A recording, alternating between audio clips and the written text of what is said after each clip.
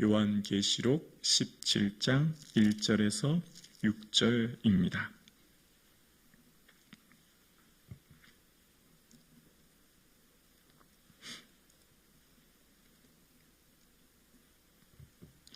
함께 고백드리겠습니다.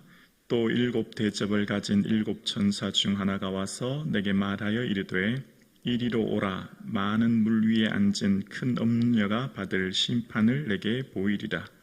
땅의 임금들도 그와 더불어 음행하였고 땅에 사는 자들도 그 음행의 포도주에 취하였다 하고 곧 성령으로 나를 데리고 광야로 가니라. 내가 보니 여자가 붉은빛 짐승을 탔는데 그 짐승의 몸에 하나님을 모독하는 이름들이 가득하고 7 머리와 10뿔이 있으며 그 여자는 자줏빛과 붉은빛 옷을 입고 금과 보석과 진주로 꾸미고 손에 금잔을 가졌는데 가증한 물건과 그의 음행에 더러운 것들이 가득하더라.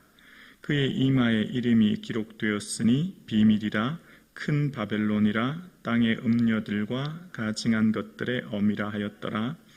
또 내가 보니 이 여자가 성도들의 피와 예수의 증인들의 피에 취한지라. 내가 그 여자를 보고 놀랍게 여기고 크게 놀랍게 여기니. 아멘. 오늘 새롭게 하루를 허락해 주신 주님, 또 새로운 일주일을 허락해 주신 주님께 감사드립니다. 예수님의 평강이 사랑하는 성도님들의 삶과 가정에 충만하기를 주님의 이름으로 축복합니다.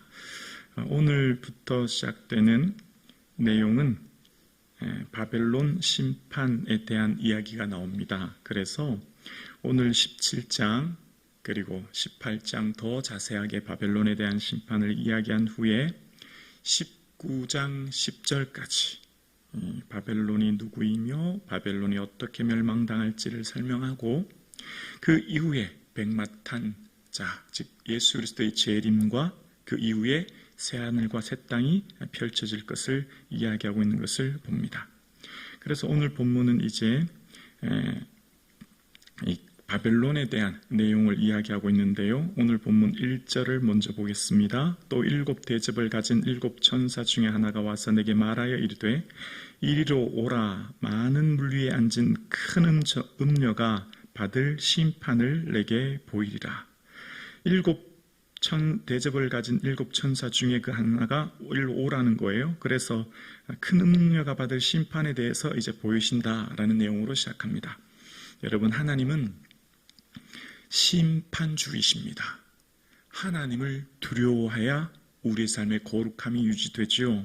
여러분, 우리가 하나님에 대한 사랑만을 강조하고 있는 오늘 이 시대에 지금 이 요한계시록에서 끊임없이 강조하는 것 2가지가 있죠. 구원과 심판이에요. 예수 그리스도를 주로 고백하는 자들은 구원을 얻을 것이며 즉 천국에 이르는 은혜를 얻지만 황제를 주로 고백하며 이 땅에 소망 두고 사는 사람들은 심판받게 될 것이며 그 끝은 지옥이다. 이게 요한계시록의 한마디로 요약한 핵심이라고 말씀드렸죠. 그래서 지금 이 땅에 살아가고 있는 이 최후 심판에 대한 내용을 이제 나팔, 대접으로 이야기하고 있으면서 이 땅에 있을 큰 어려움이 지난 이 16장에 보면 사람들이 아파서 혀를 깨물고 죽기를 원하는, 크게 태움받는 엄청난 고통과 그럼에도 불구하고 어떻게 해요? 회개하지 않는다, 이런 내용이 나옵니다. 회개는 기회가 있는 것이죠. 지금 바로 이때 돌이키고 예수님을 믿는 때도 이때인 것이죠. 그래서 회개가 얼마나 큰 은혜라고 하는 것을 알게 되어집니다. 자, 이 큰 음녀가 심판을 받습니다. 큰 음녀는 영원히 지속되는 것이 아니라 반드시 심판이 있다고 하는데, 그럼 큰 음녀가 무엇인가? 라고 한 내용에 대해서 이제 2절부터 6절까지 쭉 설명을 합니다. 2절 볼게요. 땅의 임금들도 그와 더불어 음행하고 땅에 사는 자들도 그 음행의 포도주에 취하였도다. 주로 이 요한계시록에 나오는 음행이라는 표현은 황제 숭배 혹은 우상 숭배에 쓰일 때 단어가 이 음행이라는 단어입니다. 땅에 사는 자들은 음행의 포도주를 취하고 황제를 숭배하며 또 이 땅의 우상들을 숭배하는 그런 사람들의 모습을 이야기하고 있습니다. 그러면서 3절에 곧 성령으로 나를 데리고 광야로 가니라 내가 보니 여자가 붉은 빛 짐승을 탔는데 그의 몸에 하나님을 모독하는 이름들이 가득하고 7머리와 10뿔이 있으며. 자, 여러분 이전에 여자에 대한 이야기가 12장에 나왔었죠. 여자가 해산하려고 하는데 큰 용이 나와서 삼키려고 하고, 이런 내용이 여러분 12장이 기억나시죠? 그때 여자는 교회라고 말씀드렸습니다. 하나님이 사랑하는 보호하는 성도들이라는 거예요. 그런데 오늘은 여자는 교회가 아니에요. 혼동하면 안 되는 거예요.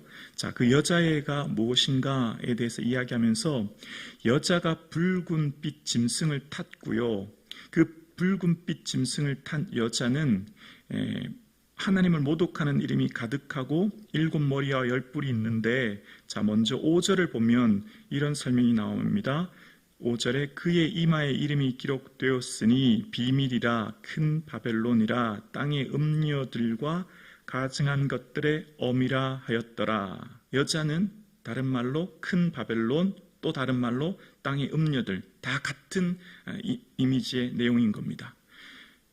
큰 음녀, 바벨론, 여자, 다 지금 같은 내용인데요. 자, 바벨론이라고 하는 것은 과거 유대민족을 멸망시켰던 바벨론, 여러분 기억나시죠?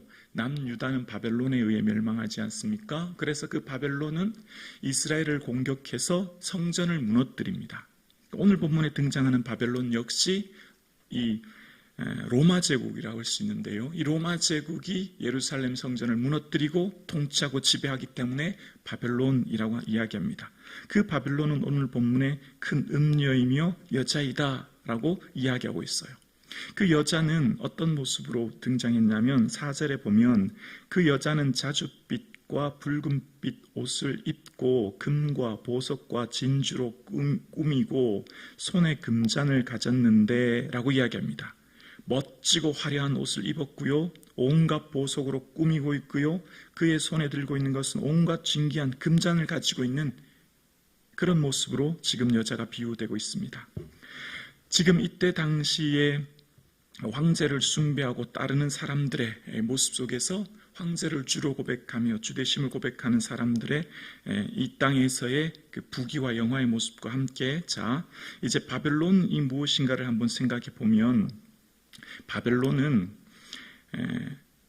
이때 당시 1세기 후반의 바벨론은 로마 교회라고 할 수 있는데, 그 황제의 질서를 따르는 무리와 그 표면적으로 드러나는 양태인 거예요. 그러니까 이 바벨론이라고 하는 것은 어떤 특정 국가만을 이야기하기보다 여러 모양으로 나타납니다. 예를 들면 과거의 황제의 질서, 파라오의 질서를 따랐던 무슨 이집트, 이후에 아수르, 바벨론, 헬라, 오늘 보면 로마처럼 황제의 질서를 추구하고 따르는 이 땅의 모든 가치관들, 사람, 문화, 국가를 통칭해서 이야기할 수 있는 거예요. 그래서 바벨론이라고 하는 것, 그 배후에는 짐승이 있고요, 그 짐승의 배후는 사탄이 있습니다. 그래서 결국 이 사탄이 하는 목적은 하나님 자리를 차지하게 하고, 누가요? 황제가 나는 스스로 신이다 얘기하고 그 신의 위치에 올라서, 황제는 다른 말로 지난번에 짐승이라고 말씀드렸죠. 그 짐승이 하나님 자리를 차지해서 자기가 하나님 것처럼 이 땅을 통치하고 지배하려고 하는 모습을 이야기하는 거예요. 자, 그래서 오늘 본문에 이야기하고 있는 이 황제는 스스로 하나님 자리를 차지하여 이 땅을 통치하고 다스리는데, 이 땅에 그렇게 살아가는, 그것을 쫓아 살아가는 사람들은 온갖 진귀한 금은 보석을 차지하고 살아가는 내용으로 표현됩니다. 자, 이것을 오늘 본문 우리에게로 적용하고 해석하면 뭘까요? 너의 삶 속에 이것 없이는 못 산다, 이것이 내 인생의 전부다, 이것 때문에 산다라고 하는 것이 무엇이냐를 질문하는 거예요. 자, 우리의 삶 가운데 가장 가치 있고 가장 소중하고 내 삶의 목적과 이유되는 것이 무엇인가 라는 질문이에요. 이때 당시 로마 시대에 살고 있는 많은 사람들, 바벨론이라고 할 수 있는 로마, 그리고 바벨론의 배후에 있는 짐승이라고 할 수 있는 황제, 그 황제는 스스로가 신이라고 얘기하지 않습니까? 그 신이라고 얘기하면서 이 땅을 통치하며 다스립니다. 그것을 사람들은 황제 질서를 쫓아 살아가죠. 그 황제는 스스로를 뭐라고요? 하나님, 신, 그 자리를 대체하죠. 오늘 이 시대에 많은 사람들이 쫓고 추구하는 가치, 하나님 자리를 대체하고 하나님보다 더 귀히 여기는 게 무엇인가를 생각해 보라는 거죠. 오늘 저와 여러분의 삶 가운데 우리의 삶의 목적과 의미, 또 이것 없이는 안 되라고 하는 가장 귀하고 값진 것이 무엇입니까? 오늘 찬양 드렸던 것처럼 주 예수보다 더 귀한 것 없네. 이 찬양이 우리의 고백이요 찬양될 수 있기를 주의 이름으로 축원합니다. 바벨론이라고 하는 로마 제국, 그리고 그 로마 제국의 바벨론의 배후인 짐승의 하수인 바벨론, 그 짐승은 황제는 하나님 자리를 차지하여서 자줏빛과 붉은빛의 옷을 입고 진주와 보석으로 꾸미고 손에는 금잔을 가지고 마치 이 세상에서 가장 큰 성공은 황제의 자리에 오르는 것이고 가장 큰 행복은 황제가 되는 것이고 가장 멋진 인생은 가장 높은 황제의 삶을 추구하는 것처럼 보이는 이 시대의 가치, 이념, 국가, 사람, 뭐든지 다 될 수 있는 거죠. 오늘 우리가 다스리고 통치하고 있는 이 세상은 자본주의 아닙니까? 자본이 어쩌면 모든 것을 통치하고 다스린 것 같아요. 돈이 전부인 시대를 살고 있는 이 시대에 마치 돈이 바벨론이 되고 돈이 이 세상을 통치하고 다스리는 이 시대에 우리의 삶에 정말 우리는 예수 그리스도가 내 삶의 주인인가? 내 인생에 정말 귀하고 소중한 분이 예수 그리스도인가를 다시금 생각해 보라는 것이죠. 여러분, 우리의 삶 가운데 나는 이것 없으면 안 돼 라고 하는 것, 내 삶에 가장 값지고 귀한 것, 주 예수 그리스도가 될 수 있기를 주의 이름으로 축원합니다. 이 예수 그리스도만이 우리의 삶의 진리요, 생명이요, 영생임을 기억하는 삶. 그래서 마치 이 세상에 살아갈 때는 보석과 진주로 꾸미고 손에 금잔을 가지는 것이 성공이요, 행복이요, 멋진 인생같이 보이지만 바벨론은 결국 무너질 거라는 거죠. 바벨론은 다 사라질 거라는 거죠. 바벨론은 잠시 잠깐 있을 거라는 거죠. 그것이 전부가 아니라는 거죠. 그래서 땅에 사는 자들은 음행하죠. 황제를 숭배하죠. 땅에 사는 자들은 이 땅이 영원할 것처럼 살아가죠. 그러나 그렇지 않다고 하는 것을 이야기하는 거죠. 하늘에 속한 자들, 하늘에 속하여 하늘 영광에 참여하는 자들은 이 땅에 소망 두지 않는다는 거죠. 그리고 예수님께서 곧 오셔서 심판하실 그때에 땅에 사는 자들, 음행하여 황제의 질서를 추구하는 자들은 결국 하나님의 심판을 받을 것임을 이야기하는 겁니다. 여러분, 21세기 어쩌면 로마 시대와 우리 시대의 공통점 한 가지가 있다고 생각해요. 로마 시대의 사람들은 다 황제를 주로 고백하고 황제의 통치를 받죠. 그래서 어떤 모임이나 어떤 것들을 해도 다 그 황제 숭배가 기초인 거예요. 오늘 이 시대에 어떤 가치와 질서를 추구합니까? 자본주의 질서와 가치를 추구하는 시대 아닙니까? 자본주의가 최고요, 자본이 최고요, 자본이 이 세상 가장 끝에 있는 피라미드의 정점에 있는 것을 추구하며 사는 시대 아닙니까? 이 시대 많은 사람이 돈이 전부라고 쫓아 살아가는 이 시대에 돈의 질서를 따르는 것, 즉 돈의 질서가 황제의 질서 아닙니까? 그런 이 시대에 살고 있는 우리의 삶에 예수 그리스도의 통치와 다스림, 예수 그리스도께서 추구하고 원하시는 것, 그것을 따라 살아가는 삶이 성도의 삶인 것을 오늘 본문은 우리에게 이야기하는 것이죠. 그래서 우리는 예수님을 주인이라고 고백하고 예수님의 주되심을 고백하며 자본의 통치와 다스림과 논리를 따르지 않고, 비록 자본의 통치와 다스림을 따르지 않아 우리의 삶에 그들의 모습처럼 화려하지 않아도, 그들이 볼 때 우리의 삶에 멋지고 화려한 금잔을 들지 않고 멋진 진주로 꾸미지 않아도 예수 그리스도가 우리의 보배요, 아멘이십니까?